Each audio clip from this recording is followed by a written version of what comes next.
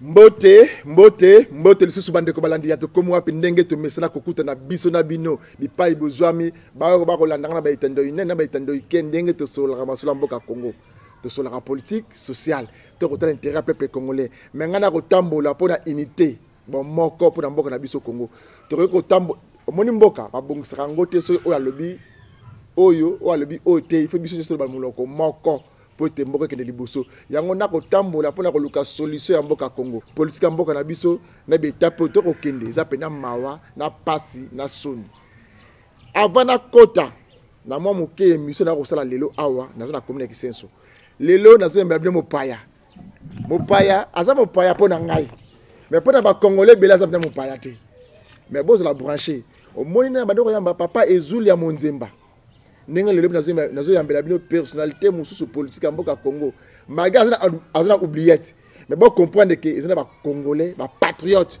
oyo bakobunda butu moi mpona changement ya mboka na biso Congo maga afandi place aza wana mais akobunda kaka mboka na biso Congo parti politique nanga akoidifie babana Congo bosimbana na bamoko ne mboka na biso kokende liboso toza awa na commune ya Kisenso na quartier oyo bateso babengaka Torder toyokosola masolo nini parce que Kisenso ngo pe bato maganga député Kisenso na tuna kabo expliquer biso quartier oyo babengaka Torder ezaka Torder mpona nini ozwi quartier babengaka 5 combattants ezaka 5 combattants mpona nini Nzezalando azalaka nani Zamba matele ezalaka nini na Kisenso awa c'est ça ma conférence makambo bino ba député national na professeur beaucoup kosala ka bana Kisenso ole bo wela ka ba yemba ka bino ba musicien ka kosala ba diversion ba aventure mike ba théâtre ba député ba kunde bembe ba député da domino so comme da kufi oyeba mona otey il faut repesa ba congolais ba voter esengo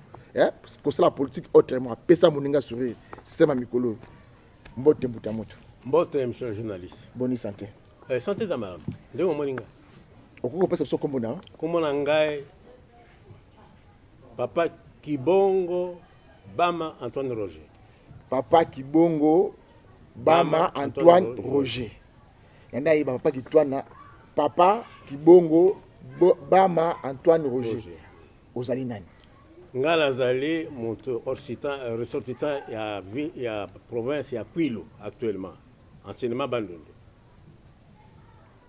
oui na botami na Kaemba le 20 juillet 1934 nazali mwana soldat na botami na mosala soldat tata nanga salaki etumba 14-18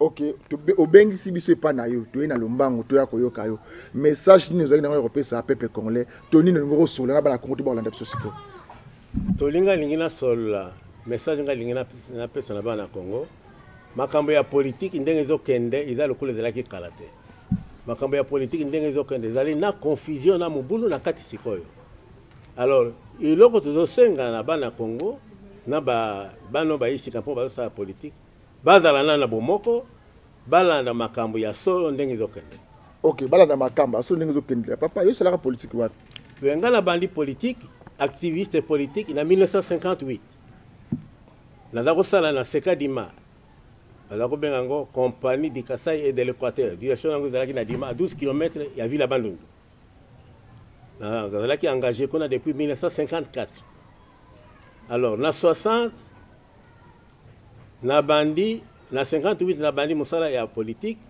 na 60 na bazi poste ya administrateur du territoire adjoint na lelo ba belge bazalaki ba konzi ya territoire ya mboka na biso mutazalaki ko même territoire Baningville na lelo wana ezalaki monsieur Dembour azalaki administrateur du territoire et puis monsieur de Kelver azalaki adjoint na ye donc ngana azalaki na collège exécutif oyo esalamaki na leur table ronde esalamaki na Bruxelles suivant résolution numéro 12 à table ronde il fallait bajoint ya congolais bakangisa bango bakojoindre bango na baadministrateur du territoire pour mobulu ezala te avant tous indépendance et puis nga nazalaki parmi bato oyo babengaki na collège exécutif ordonnance na biso to arrêté ezalaki signé par monsieur Bomans oyo azalaki gouverneur de province ya province na ex-province ya Léopoldville.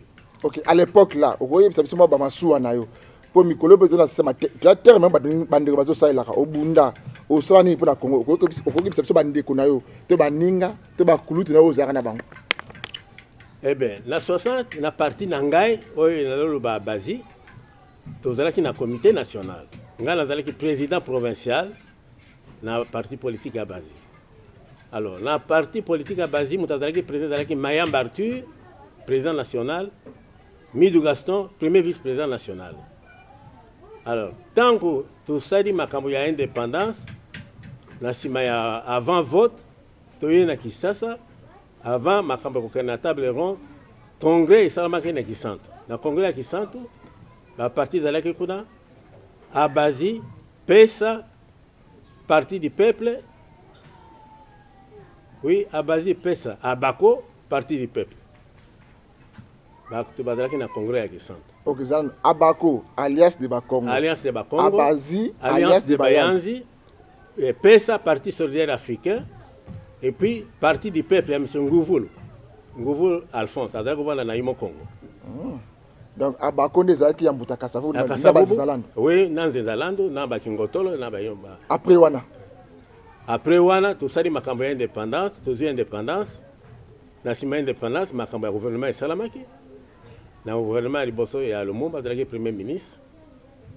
Alors, tant que vous avez indépendance, Batu Bayaki n'a consisté dans la fête d'indépendance, on est d'abord roi Baudouin, et puis président du Congo-Brazzaville, le fait président Yulu. Et Nasima Lango, Moboule Bandaki, Kassabou Baza, président de la République, pour le gouvernement congolais, le mouvement Motabimaki, premier ministre, parce que le parti naïe est la majorité. Nasima Lango, Moboule Bimaki, Koyoka les Amalamoté entre Kassavubu et Lumumba.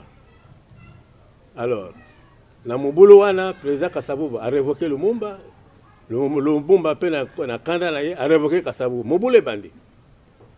Tant que Moboule Bandi, na niveau ya armée, Mundele Moko Yazalaki, général na chose na Kokolole Wana. Le Baki na Congolais, il a besoin d'indépendance. Ils allaient le coup là, besoin d'indépendance, et si ma paix indépendance. Congo aux Alcan Nengoana. Alors, les militaires, les Silikaki, alors les Silikaki, c'est dans l'air le monde a vu des choses, décisions. Il y a Kolongola Mondelwana, puis qu'on nommait général Londola comme chef d'état-major. Ok. Tant besoin de continuer, besoin d'évoluer. Tout ça, qu'on évolue, na Simalango, Moukasabou, na Lumumba, Bazo Yokana toujours été. Tango Kassavou a eu révocation, a sali révocation à Lumumba. Bon, Lumumba à niveau naie, à l'inga côté de la Nangisa c'était à Kimi, à ça, doit qu'il y ait un point qui n'a pas de Kisanga dans la province de Moussous. Et tango ya Kendaki, à Kimaki, à Kendaki Nanzila ya Bandundu, à Kumi na Bulungu, à Kumi na Mangai, pour la recommander à côté à Port-Franqui. Bon. Kuna Kassabou na lelo walakula zalaki chose de l'état atindaki basoda pour kokanga ye tango bakangiye baye na ya wana Kinshasa na sima wana na yebite bakendaki na civil basali makambo ndenge zalaki batie na avion pour bakenda na ye na Katanga. Ok, makambo ata banaye koleka yo zalaki le mumbiste kassavoudiste te mobutiste. Non ngana zalaki na bato ya congrès qui sont na Kassabou. Donc, il y a alliance de alliance, oui. Nous avons évolué pour mettre en Kassavou. Toujours il faut évoluer là Kassavou. Mais tu y connais pour la route premier ministre de la Lumumba. Oui. Parce que Bolikango on dit mutalinga ko passer ba balobaki non Bolikango parti ne yebani na malamu te azala ba tumingi te mais Lumumba a vu ba tumingi ba dimi parti na ye mutaza majorité il y a passé premier ministre et le Kassavou on dit maki place wana. Tant que vous évoluez, tant que vous avez des makambolobi wana, wana précision historique, place où ta na moi mouké, ba parti politique oyo évolué.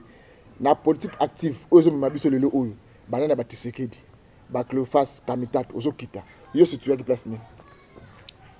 Eh bien, avant na nous kuma na makambo ezo ko évoluer sikoyo, tango makambo ya Kassavou be isili na Lumumba, ezalaki makambo ya Tshombe. Premier ministre Tshombe a kendaki na exil avant que na exil congrès réunion mo salamaki na Kokila TV na Kokila TV aujourd'hui bazo lelo bazo bengango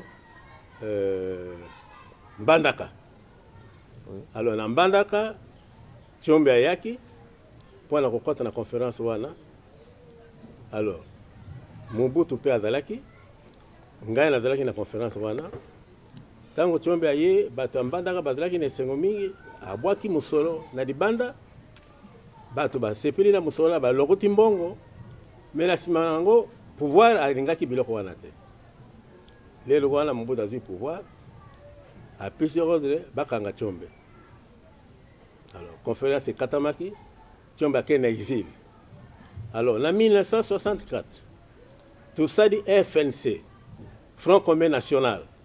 Moto azalaki président ya Front Commun National azalaki M. Kiwewe Antoine, paix à son âme, aza kufa. Alors tosali makasi awa tobengi Tshombe alongi na exil ayawa na Kinshasa. Na bokaste na bino. Na oui. Donc yo papa Kibongo zaki pe wana. Ngana azalaki wana. Alors tango ya ye autosi de conférence wana Tshombe aye nani Sabuba Mobutu non a nommé premier ministre. Tshombe asali Konako. Asali parti ne Konako. Bon na Konako wana ngai mpe nazalaki na kati. Na nsima nango makambo ya Tshombe na Kasabubu ezalaki kosimba malamu te na Mobutu ezalaki kosimba malamu te. Mobutu ayoki kanda alongoli Tshombe. Na nsima ya Tshombe Mobutu tango alongolaki Tshombe makambo susu ezalaki malamu te entre Mobutu na Tshombe. Mobulu mosusu ebandi. Awa mobulu wana ebandaki na 1965. Mobutu azwi pouvoir, naza na foto nango awa. Na pouvoir wana ya azwi asali parti mingi ekotaki bon. Ngai mpe na lelo wana nazalaki na kati ya Konako. Nakendaki na Bandundu batindi ngai kuna, moto atindaki ngai Mongolo Diaka. Nazalaki secrétaire ya ville ya Kikwit. Ya Mongolo. Mongolo. Alors, gouverneur Kupa, muzalaki gouverneur na lelo wana na kati ya na ville ya Kikwit. Alors, tosali mbula moko, na nsima ya mbula moko wana tosalaki comité national basali réforme. Balbewa bato basili bato wana basali moyen ba continuer ce sauter il faut tout abattre ya sika. Bon, bafutaki biso te nga na ye na Kinshasa. Bon, lokola makambo tambola malamu te awa toye na Kinshasa. Nakutani na Madrandele. Madrandele azalaki directeur ya bureau politique. Madrandele kutani na nga nakutani Madrandele. Nalakisi mikanda na ngali bon ça va.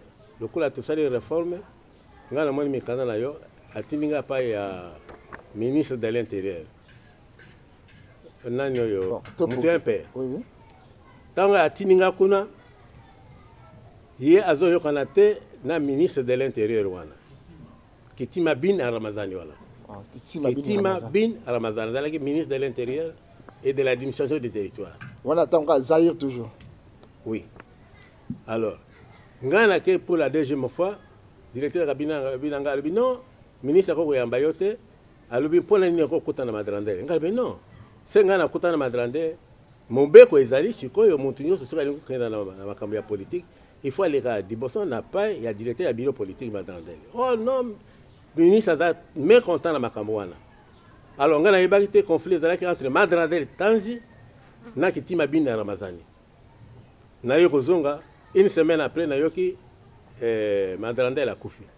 Awa Madrandele akufa ki dossier wana landaki yango société. Etikali wana. Après? Et après, en 1982, Mobutu na batu bazalaki na opposition na parlement Tshisekedi Mulumba Mpindu Bwabwa Ngalola Mpandazila na Kibasa Malimba. Mutayibaki nga na 60 ezalaki Ngalola na Tshisekedi. Tshisekedi lelo wana azalaki secrétaire d'État à l'intérieur. Ngalola azalaki député national. Toyebanaki na ye. Alors batindi mutu moko ayo kobenga ngai nazalaki professeur na Lemba na Mpiko. Oh Ngalola azali na besoin na yo na limité. Na ete ngai biti kamela oto babingi fuko lokuta na bango. Na kera kutani na Ngalola na Etienne na ndako ya Kibasa.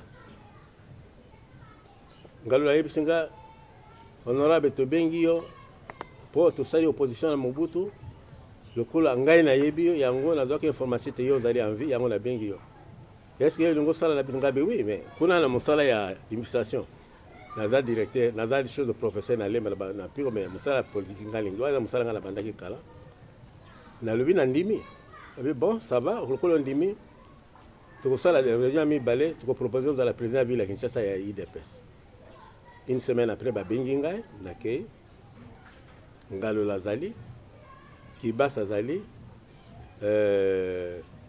Etienne azali bapesi ngai ville ya Kinshasa président ya ville ya Kinshasa donc président fédéral ya ville ya Kinshasa wana 1982 en même temps balobi na ngai ozali en même temps cofondateur ya IDPS na ndimi na ye awa na ndako na ngai na kibambi awa place toza lelo balobi na ngai sala comité na yo ya koprésenter biso comité na yo na ye lokola na yebanaki naloki bato nasali comité na nga naki oprésenter bango comité bandimi comité wana nabandi mosala na 1982 83 84 85 Mobutu atindi basoldat bayokanga ngai bakangi ngai babeti ngai na liboso ya ndako na ngai awa na kibambi ti na commandement ya ville nepa ya Bolozi nakumi kuna na butu balobi na nga bon général azali te fo zeleti na tongo nalali kuna na butu général ye alobi yo kibongo ngai alobi wi ngai bon ebi me yo ozosala mosala ya IDPS mpona nini yo yebi te Mobutu azali makambo ya IDPS te eza mpona biso te ngai alobi ngai baproposaki ngai na boyi te mpo ngai naza député ya kala nalingi makambo ya politique ah yo lingi makambo ya politique ngai oui nalingi makambo ya politique mpo ngai aza ancien politicien depuis 60 batini ngai na kasho nakovana na kasho na commandement ya ville navandi wana premier jour deuxième jour troisième jour bayozwa ngai na butu ti na Mongaliema omoni bureau ya Mongaliema place cité loya ezali eza na bâtiment moko ya monene eza wana et bâtiment wana ezali na cave ya souterrain bakitisi ngai na cave wana na minuit ya butu babali kosambisa ngai bato bazosambisa ngai na mona bango te batinga fare na miso motu ngai nayebaki oyo azalaki gouverneur na lere wana Chimbombo Mukuna aza sénateur oyebaki gouverneur ya ville ya Kinshasa gouverneur ya ville ya Kinshasa aza na droite na ngai ngai naza na kati soldat moko aza na gauche batinga fare na miso sambisa ozali président ngai naza président ya IDPS ozosala mosala ya IDPS yo na bandani nalobi nazosala mosala ya IDPS naza na Etienne naza na Ngalula Kibasa moto aza président ya Kibasa qui tient azali secrétaire national chargé de l'organisation.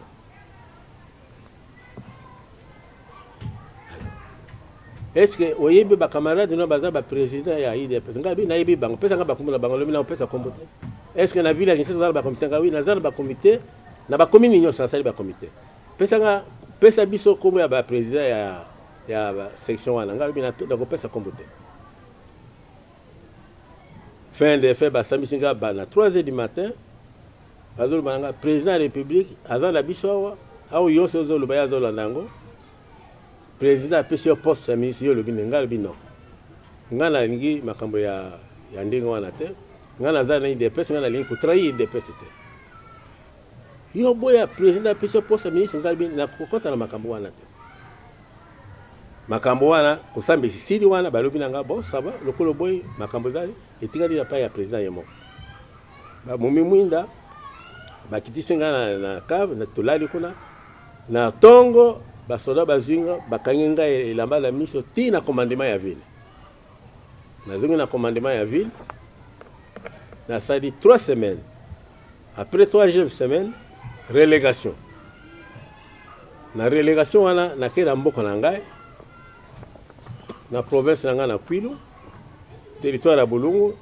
na Ndobo na sali kuna bula mibale de 82 à 87 na 87 na moni commissaire district ya Kwilu adjoint na ye na chef ya collectivité na commandant bayotalanga na mboka balobi président Kibongo lelo makambo na yo esili tozwi mitindo ya kije quartier général batindi message yo oza libéré zonga na Kinshasa ngai bimengana ko zonga na Kinshasa ndenge nazala mbongo te na kati ya mboka oh débrouillez-vous ko débrouillez-vous ndenge nini bon ngana tani na bina batamboka alors que na kati ya mboka mutaza mokonte ndoko nanga na lobi ne bo batamboka ba sadisa ngai puis batindi message na commerçant moko ayi na mutuka zinga na ya kozonga na Kinshasa na 87 premier jour deuxième jour troisième jour na kena limité na ndako ya président Kibasa chaise na biso ide plus ezalaki wana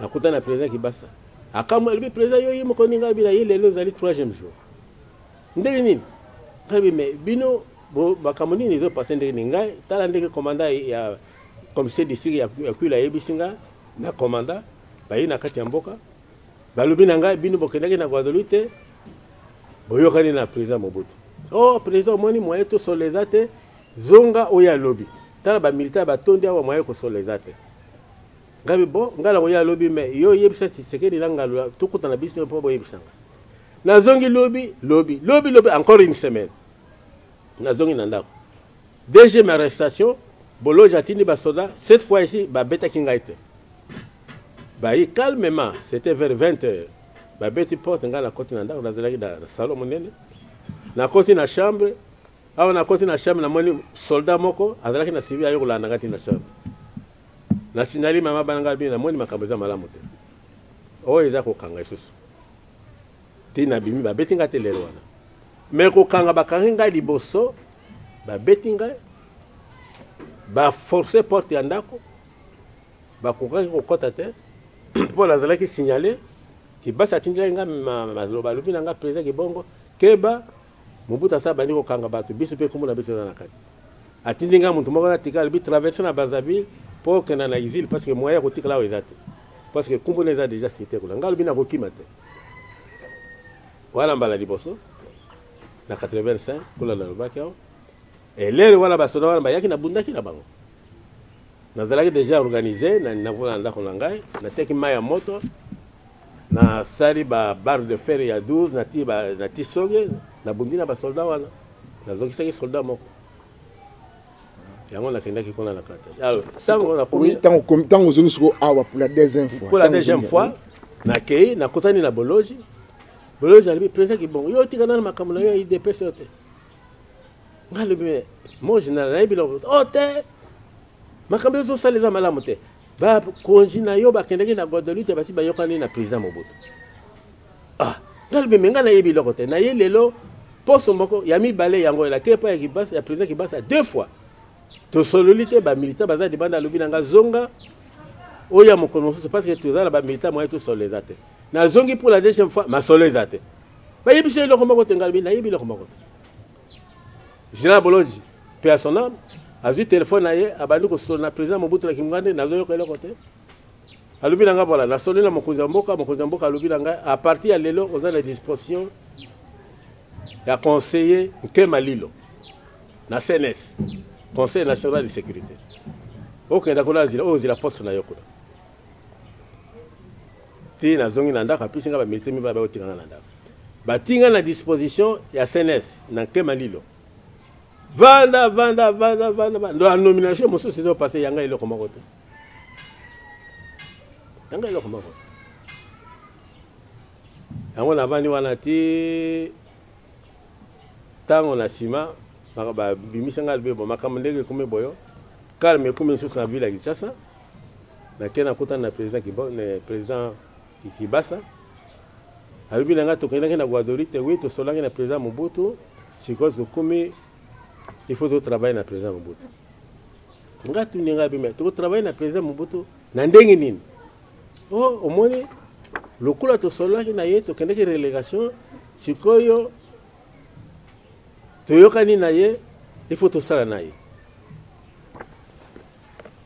bino bokendaki na Guadeloupe bo solole mais masone bo solole alulo malanga iloko makote heureusement ba journal ya Kinshasa délégué na biso azalaki na Bruxelles nani oyo délégué à parti politique, il y a IDPS.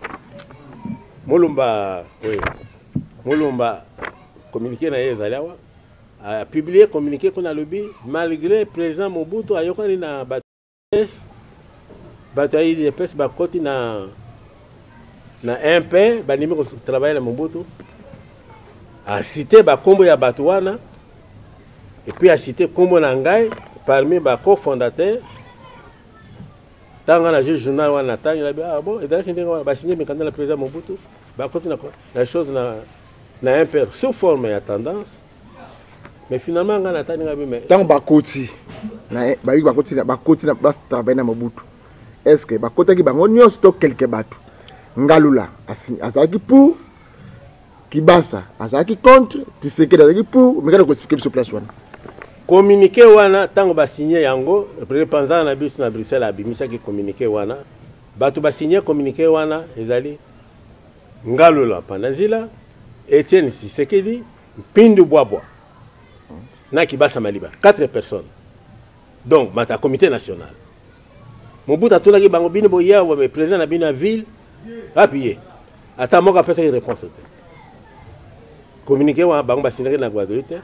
Tant que je journal les bimina qui ça va être timide va photocopie dans la zone encore batumini ne wana ba représenter IDPS na Guadeloupe ba bandimaki ko travailler na Mobutu ba mine ba signaki mais tant que bango ba signer est-ce que ba mine ba zoki ba poste ngala yebi wana te na yebi wana te mais communiquer wana ezali bango mine ba signaki donc to progression ce que mon télévision za lingonga bande ko bolimbisa ngaba muke bolo bakato 4 ba invité mais il faut comprendre des télévision eza minute nangonga parce que tant to beta histoire mboka eza bien histoire mboka koyeba place to uti na place to komi na place to kokende eza malamu mingi na politique ya Congo papa zalama muke mukuse tango ba signer et après tango ba signer na bit émission absolument tango ba signer mais ngai moko na motema na nga na sepila kite nga na lobi non to côté na IDPS le comité national va signer mikanda ba yokana Mobutu mais ngai personnellement ni makite na bino eza mabe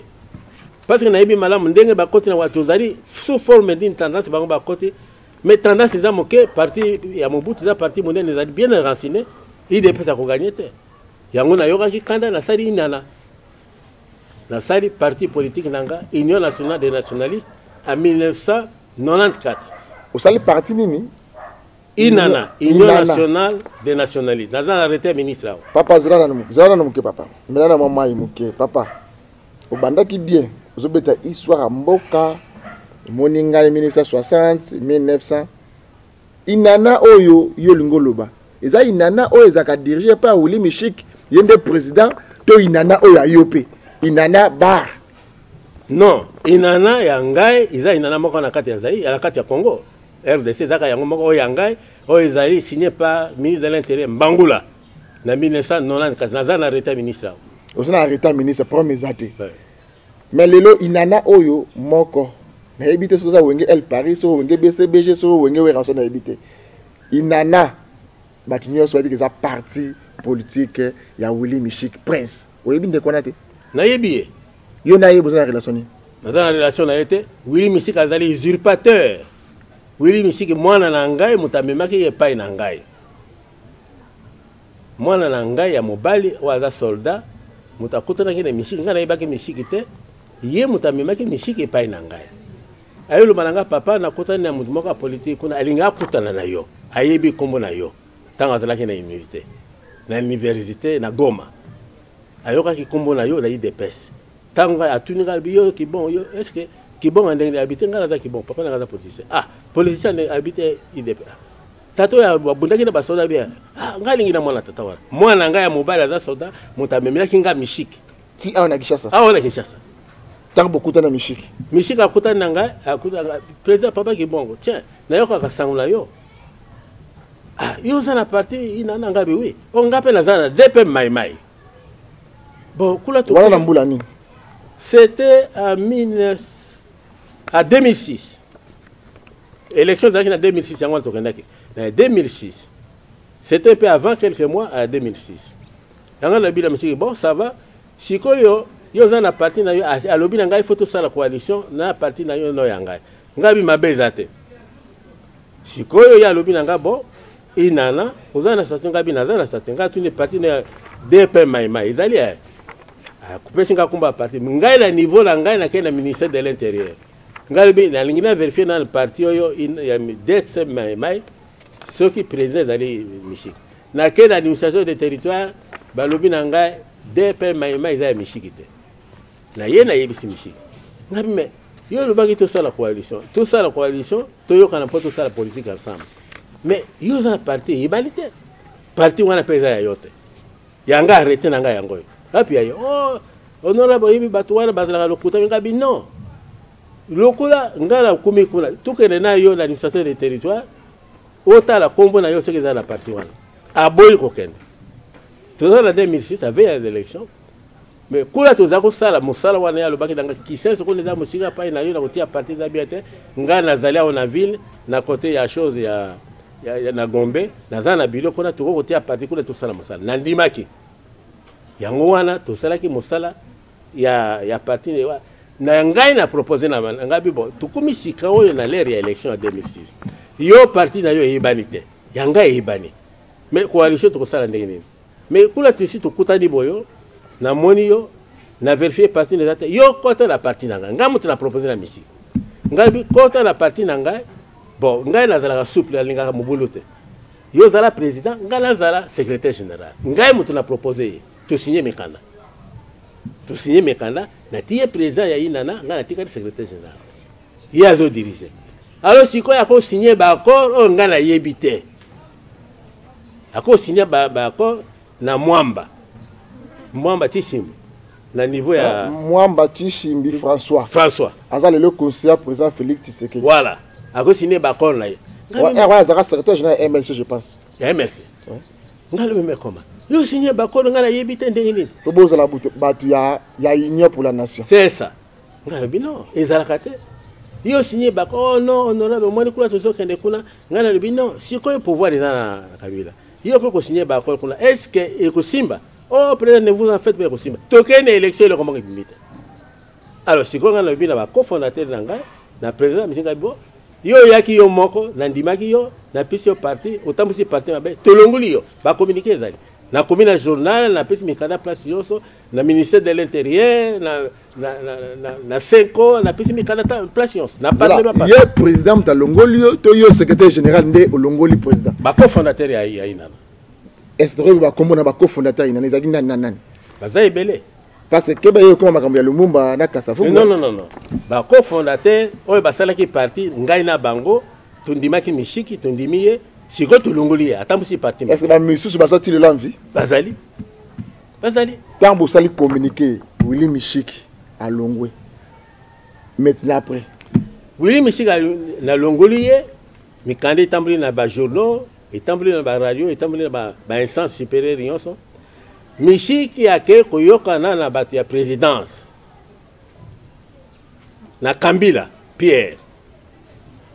Jean-Pierre Kambila conseiller politique na présidence ngai na keita na yoki sangwana na keina kutani na conseiller Kambila ngana lobi na ye ba yebisi ngai yo yambi Mishiki za na parti za yangai tala makambo ndenge pasaki ya le bio non Mishiki yake na biso zapa ngai bino problème est simple dans l'arrêté dans yango vérifier le ministère de l'intérieur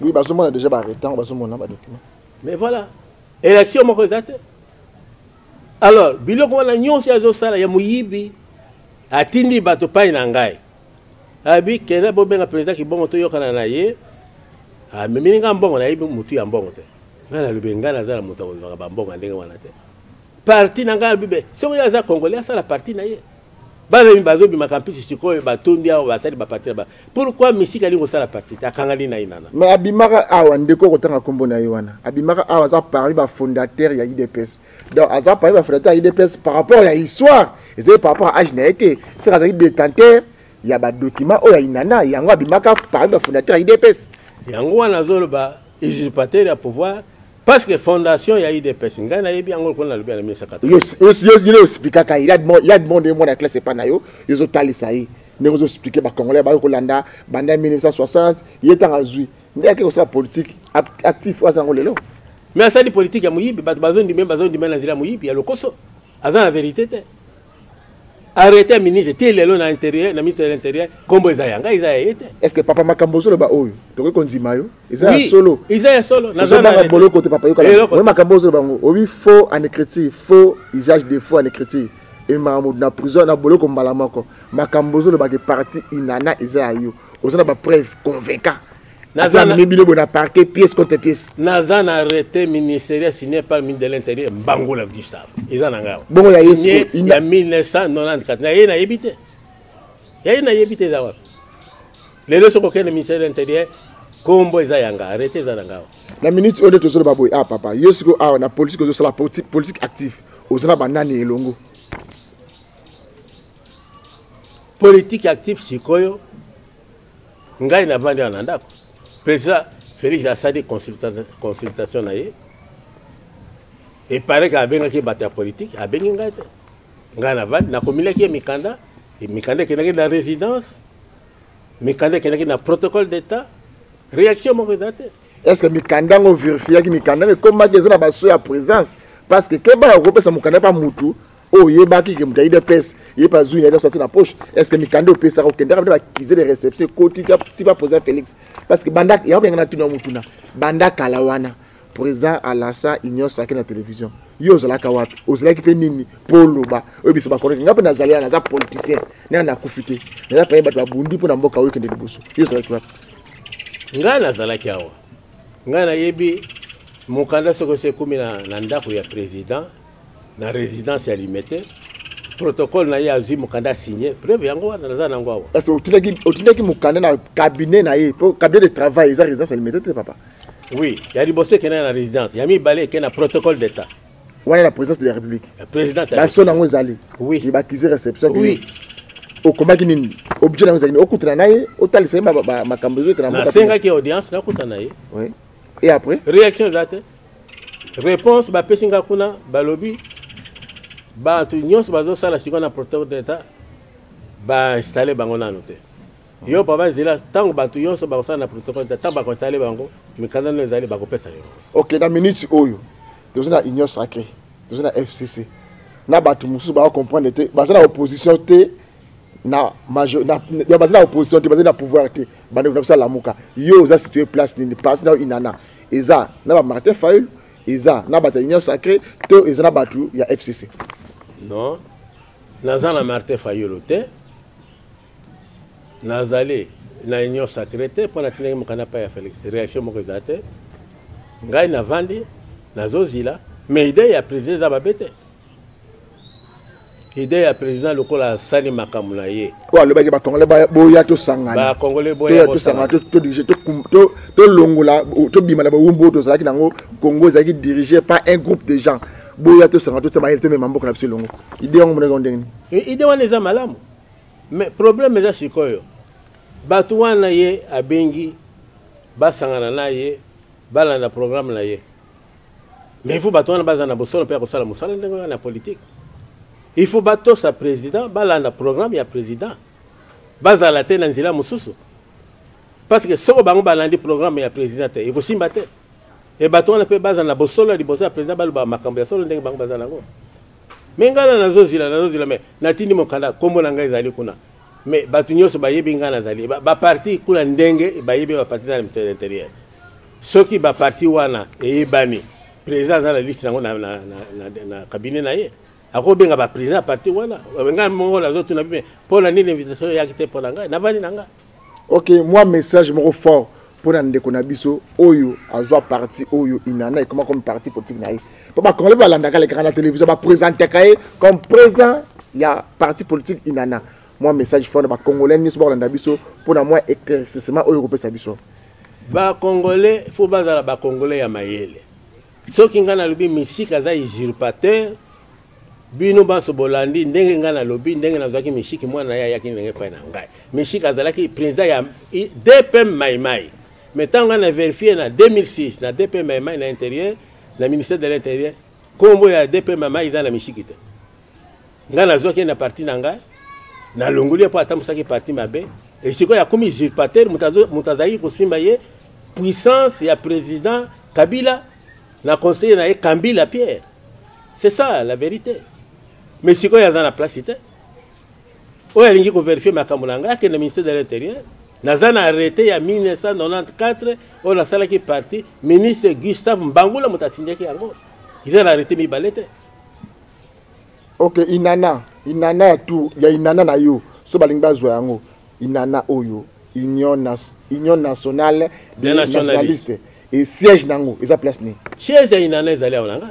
Place ni pas ça adresse na kono ba ibati. Na babala Kibambi 2 numéro 7 quartier Révolution. Ils étaient quartier pour le bagage de bosser à Mondelo wana belge, balongola ki kombo wana bati quartier Révolution. OK. Est-ce que vous pouvez seulement contacter mo de so ba collègue ba contacter yo mususu ba kolanda biso ba moni histoire ozana ngolo makambo ya solo makambo ya bwanya parce que to kata ki histoire télévision za lingonga bande ko limbisa biso to kata ki mo histoire na 4 après 1960 makambo ba Etienne Tshisekedi bangalula na ba Kibasa Maliba poto côté na politique active parce que télévision to la kaka 30 minutes tala eleki muke par rapport à makambo matière au papa zanango mais deuxième version ezali ou ezaka première deuxième version ezali numéro de téléphone papa numéro de téléphone nangai 09 98 14 27 81 09 98 14 27 81 wana RTL maintenant Africell 09 05 48 23 51. OK, bandeko balande boyokili ba numéro ba PC. S'occuper bolingo benga na WhatsApp.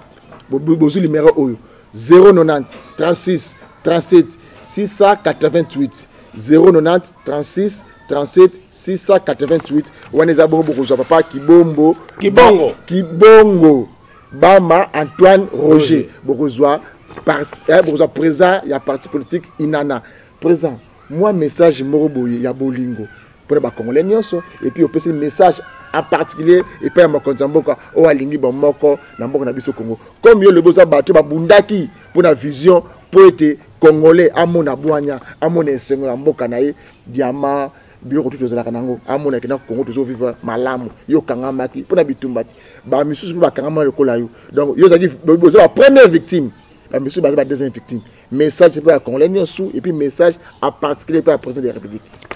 À partir de la Congolais, le président de la République Nazo Senga, les Congolais, Batala Moussala Ndeng, idée d'abord il y a président de la République à Lingini, Union sacrée à Sali à Lingini, à Lingimboke Bonga.